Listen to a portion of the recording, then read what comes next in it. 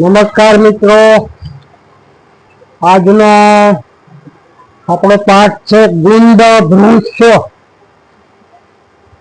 એટલે કે સંડાસની જગ્યાએથી જે પહેલી વલી હોય એમાં 3 વલી હોય, એમાં જે પહેલી વલી હોય એમાં વાયુ કોપી જાય અને માઉસની રૂજી થઈ જાય એટલે બહાર લસરી આવે, એને ગુંદ ભ્રંશ કહેવાય. એને હાવ ગુજરાતી ભાષામાં આમંડ નીકળવી કહેવાય. બરોબર? તો એનું કાંઈ ઓપરેશન પણ થતું નથી. એમાં એની અંદર બીજા કોઈ આયુર્વેદ સિવાય ઉપાય હોય એવું મને ક્યારેય જાણવા મળ્યું નથી. તો આયુર્વેદમાં એનો ઉપાય બતાવેલો છે, તો હું તમને કહું છું. હવે એમાં 3 વલી હોય, સંગ્રહણી, વિસર્જની અને સાવરણી. 1.5 વાલને અંતરે હોય છે. અને એમાં જે પહેલી વલી હોય એમાં વાત વાયુ કોપવાથી માઉસ ફૂલી જાય અને એ વલી બહાર નીકળી જાય છે. બરોબર છે?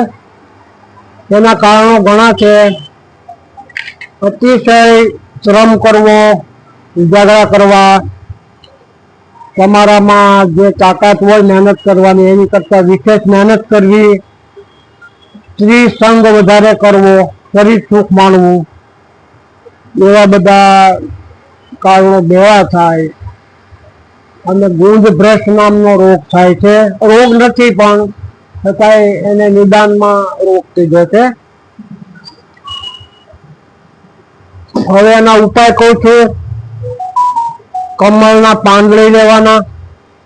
કમળના પાન જ્યાં ફૂલના માળી વેચતા હોય ફૂલો, એને કેવું એટલે એ લોકો કમળના પાન લાવશે અને વધારાના લાવવાના, એ ફ્રીજમાં મૂકી રાખવા.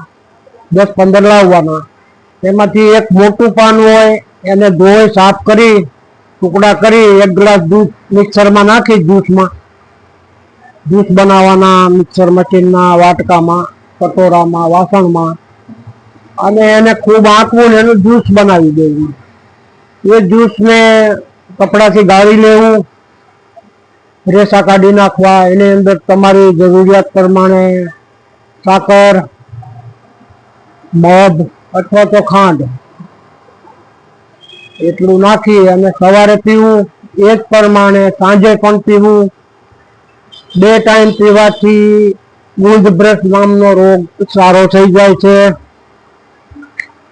હવે જો તમને કમળના પાન ના મળે તો તમને એક બીજો પણ ઉપાય બતાવું છું.